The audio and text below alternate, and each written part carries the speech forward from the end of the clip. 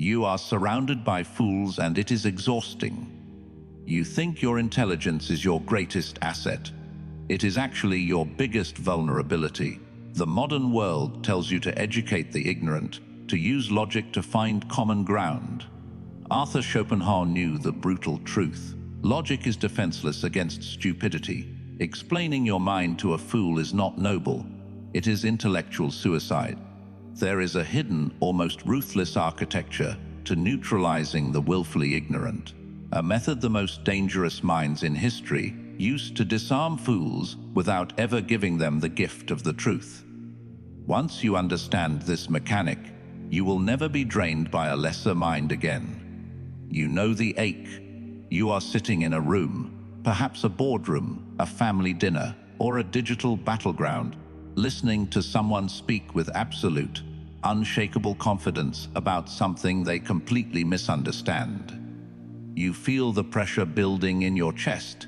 Your brain instantly maps out the flaws in their logic. You gather your facts. You prepare your argument. You lay it out perfectly, expecting the light of reason to wash over their face. Instead, they stare at you.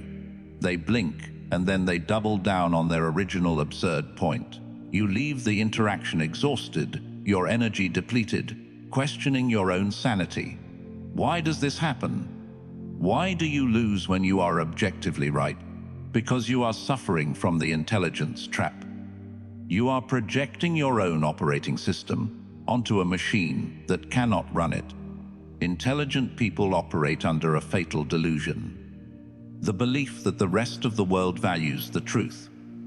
You assume that if you just present the right evidence, the other person will analyze it, adjust their worldview, and agree. Schopenhauer despised this naive optimism.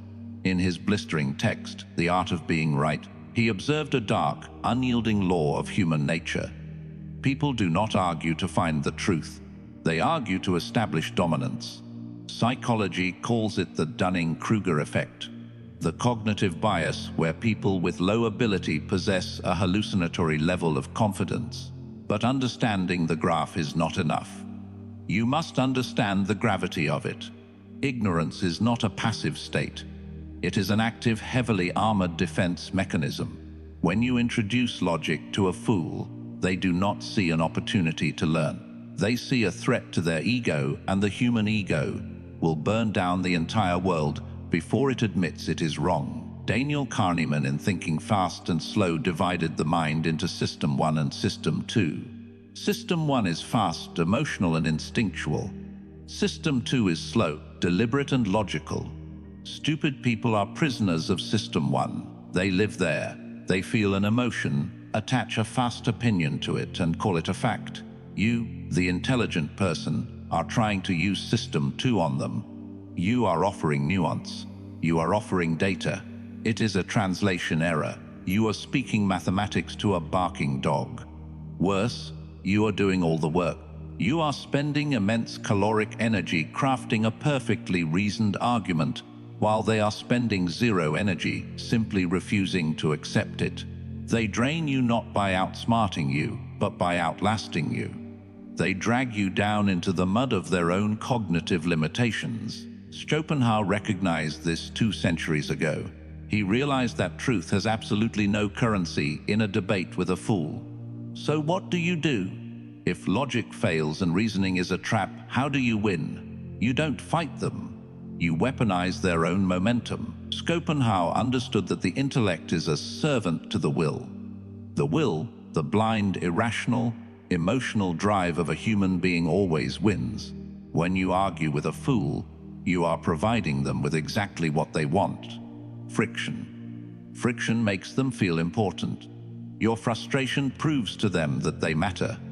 Every time you counter their point, you legitimize their delusion. You are telling them your idea is worthy of my time and my anger. To break a fool, you must deny them friction. How? By using Schopenhauer's most savage strategy.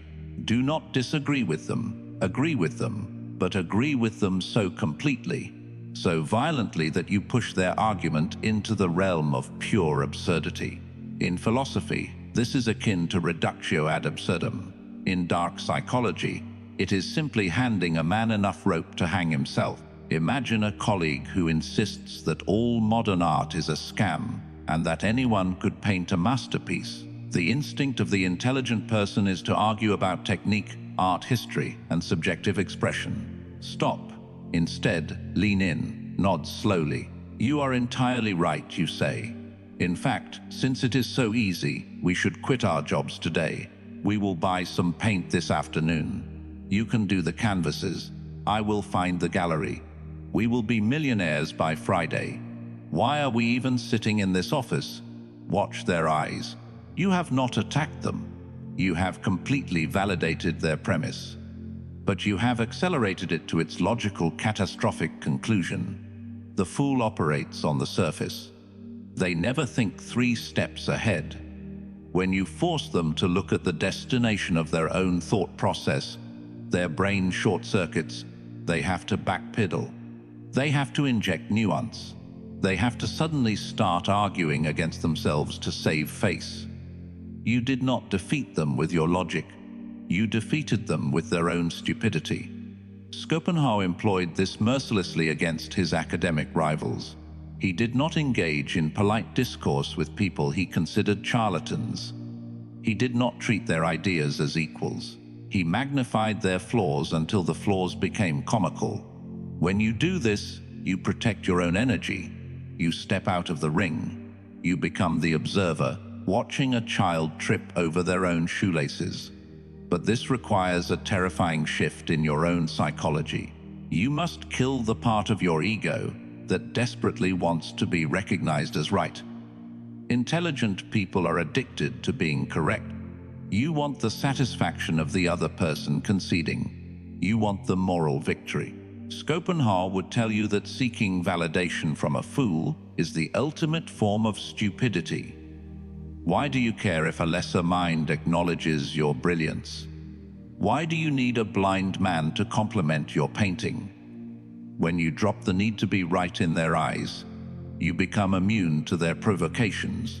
You stop giving them the remote control to your nervous system. Let them hold their incorrect beliefs. Let them walk into the world with their flawed maps.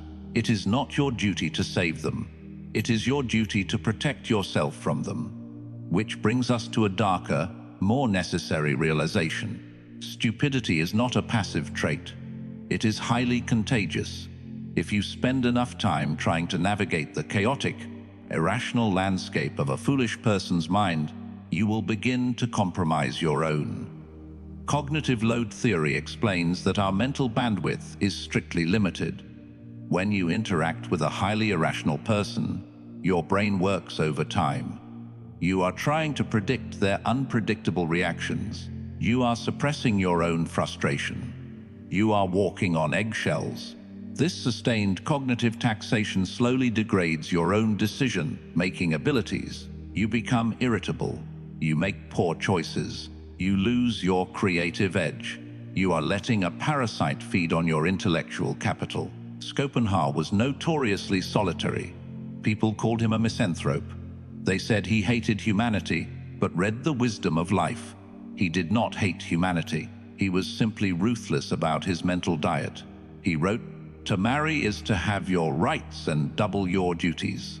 He applied the same harsh mathematics to human interaction. To engage with a fool is to halve your intelligence and double your exhaustion. He developed the famous porcupine dilemma. On a cold winter night, porcupines huddle together for warmth, but their quills prick each other, forcing them apart. They are trapped between freezing in isolation or bleeding in intimacy. The intelligent person must master this distance. You cannot avoid stupid people entirely.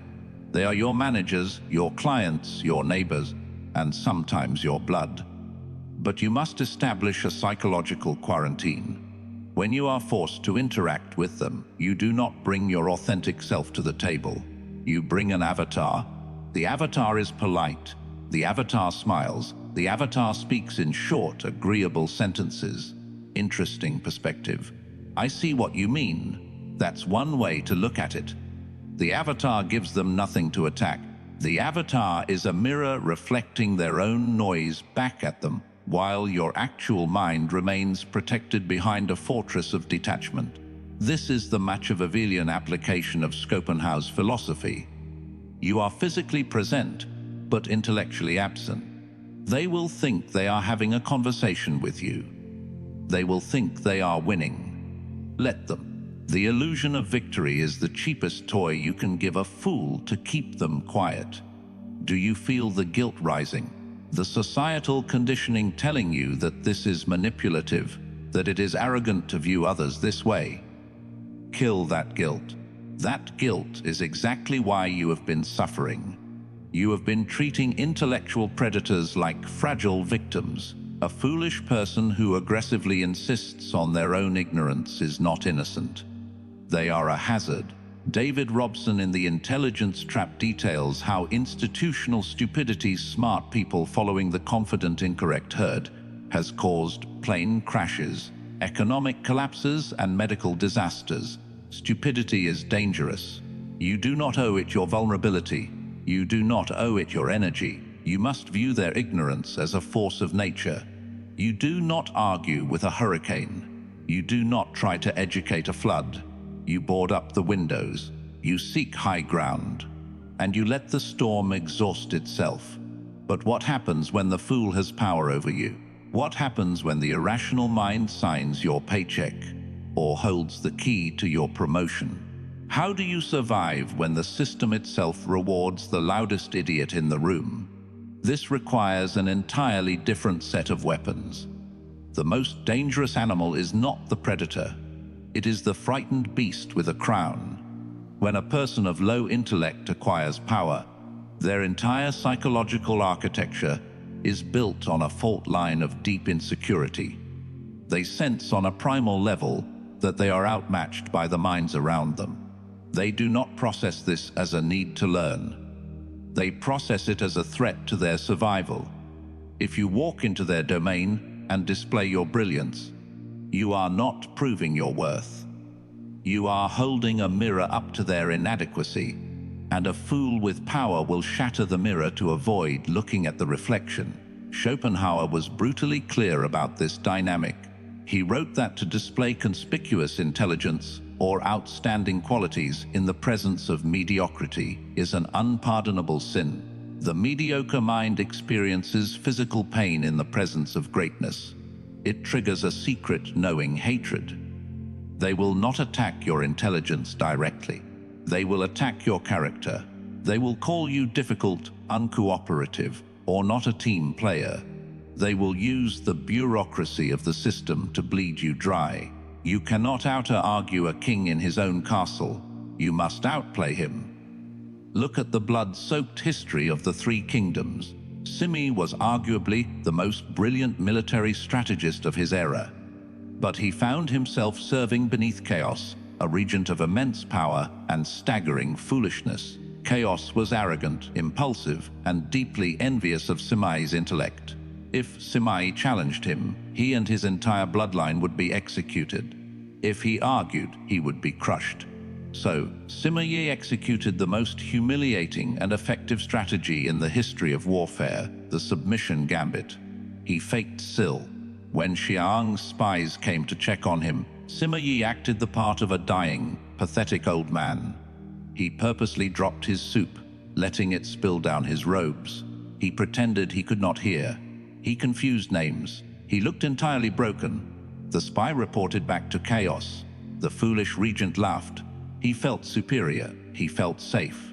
He stopped viewing Sima Yi as a threat and lowered his defenses. The fool's ego was satisfied. Months later, while Xiao Xuan was out on a hunting trip, Sima Yi dropped the act.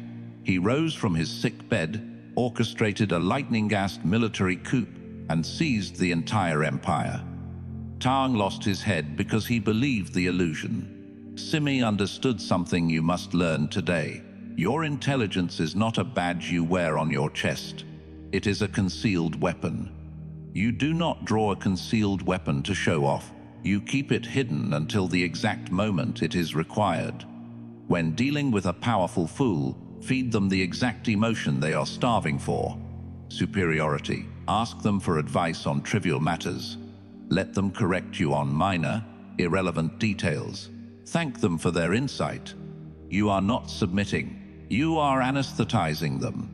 You are injecting their ego with a narcotic so heavy they fall asleep at the wheel, leaving you free to operate in the shadows. You trade a momentary scratch to your pride for absolute, unhindered maneuverability. There is a specific type of exhaustion that comes from trying to translate complex reality for a simplistic mind. You draw diagrams, you use analogies, you break the concept down into its smallest atomic parts, and they still stare at you, their eyes completely blank, before repeating the exact same flawed argument they made 20 minutes ago.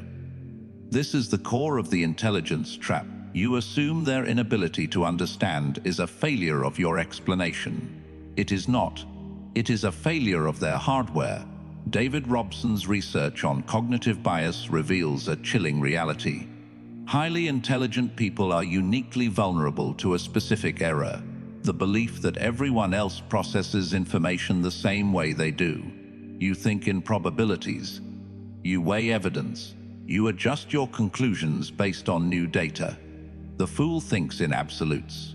They form a conclusion first, usually based on a visceral emotion or tribal loyalty, and then they completely reject any data that contradicts it. Trying to force them to see the nuance is like trying to install the latest operating system on a typewriter. It is impossible. The architecture does not support it, so stop trying. Schopenhauer advised a radical departure from the instinct to educate.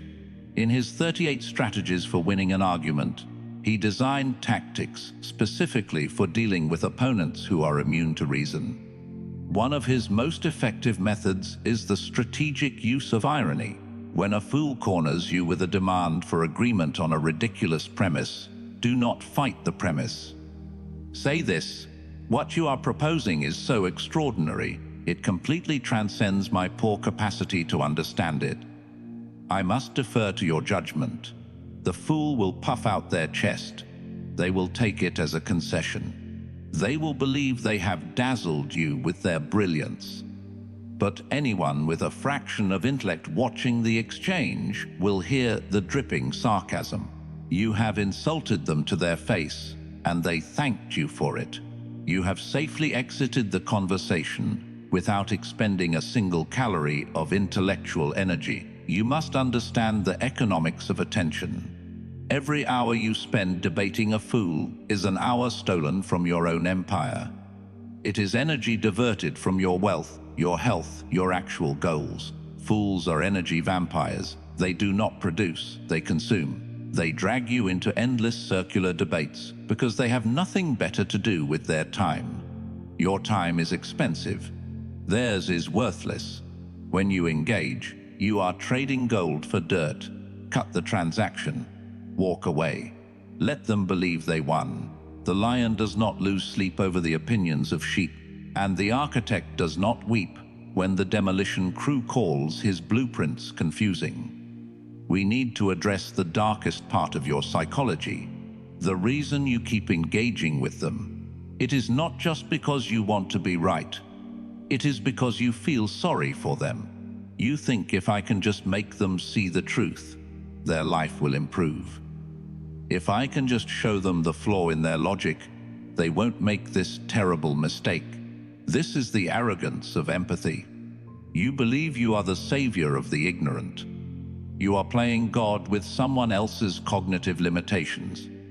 This is a dangerous, bleeding heart philosophy that will drag you to the bottom of the ocean. Kruger and Dunning's landmark 1999 study revealed the cruelest joke of human psychology. The very skills required to be competent at a task are the exact same skills required to recognize competence. Therefore, the profoundly incompetent lack the metacognition to even realize they are incompetent. They are trapped in a fortress of unearned confidence, completely blind to their own deficits. You cannot save them. They do not want to be saved. They enjoy the fortress. It is warm inside. It protects them from the terrifying complexity of the real world. When you try to forcefully drag them into the harsh light of truth, you are not acting as a healer, you are acting as an invader. And they will fight you with the ferocity of a wild animal defending its territory. Look at the people in your life. The chronically broke friend who refuses to change their spending habits, but aggressively argues about the economy. The toxic family member who creates endless drama but insists everyone else is the problem. How many years have you spent trying to use logic to fix them? How many hours of sleep have you lost? They have not changed a single degree. But you have aged. You have grown cynical. You have grown tired. Your empathy is funding their delusion. Schopenhauer was ruthless in his assessment of human potential. He believed that character is immutable. People do not change their nature. They only change their circumstances. If a person is a fool today, they will be a fool tomorrow. Accepting this is painful. It requires a kind of emotional amputation. You have to look at people you might care about or people you must work with and accept their terminal limitations. You stop trying to upgrade them. You start managing them. You manage a fool the way you manage heavy machinery. You keep your hands out of the gears. You stay behind the safety lines. You expect it to operate exactly as it was built to operate. When the machine malfunctions, you don't argue with it. You pull the plug. What happens when you finally stop fighting them? What happens when you drop the rope, stop explaining yourself, and simply observe the circus around you without participating in it? You experience a profound, terrifying shift. You realize how much of your identity was wrapped up in being the smartest person in the room. You realize how much you relied on the friction of debating fools to feel alive. When you take that away, you are left with yourself. This is where the true test begins. Most intelligent people surround themselves with lesser minds intentionally. They do it because it is safe. It is easy to look like a genius when you are surrounded by idiots. It is a psychological crutch. But Schopenhauer warned that a man of high intellect who fraternizes with the vulgar will eventually be dragged down to their level. The mind adapts to its environment. If you spend your days arguing about trivialities, your mind will become trivial. You must withdraw, not a physical withdrawal into the woods, a mental withdrawal, an emotional quarantine. You must become comfortable with being misunderstood. Fools will misinterpret your distance. They will call you arrogant. They will say you have changed. They will assume your refusal to argue is a sign of weakness. Let them. Their judgment is based on a flawed premise. Why should the judgment of a flawed mind affect the peace of a sharp one? Imagine walking through an asylum. The patients point at you and call you crazy. Do you stop to debate them? Do you pull out a medical chart to prove your sanity? No. You keep walking. You understand their reality is distorted. The world is a much larger asylum. But the principle remains the exact same. When a fool insults you, it is not an insult. It is a misdiagnosis. When they reject your idea, it is not a failure. It is a confirmation that your idea is beyond their reach. This level of detachment is not coldness. It is absolute clarity. It is the understanding that your energy is a finite resource, and every drop spent on someone committed to their own ignorance is a drop stolen from your own potential.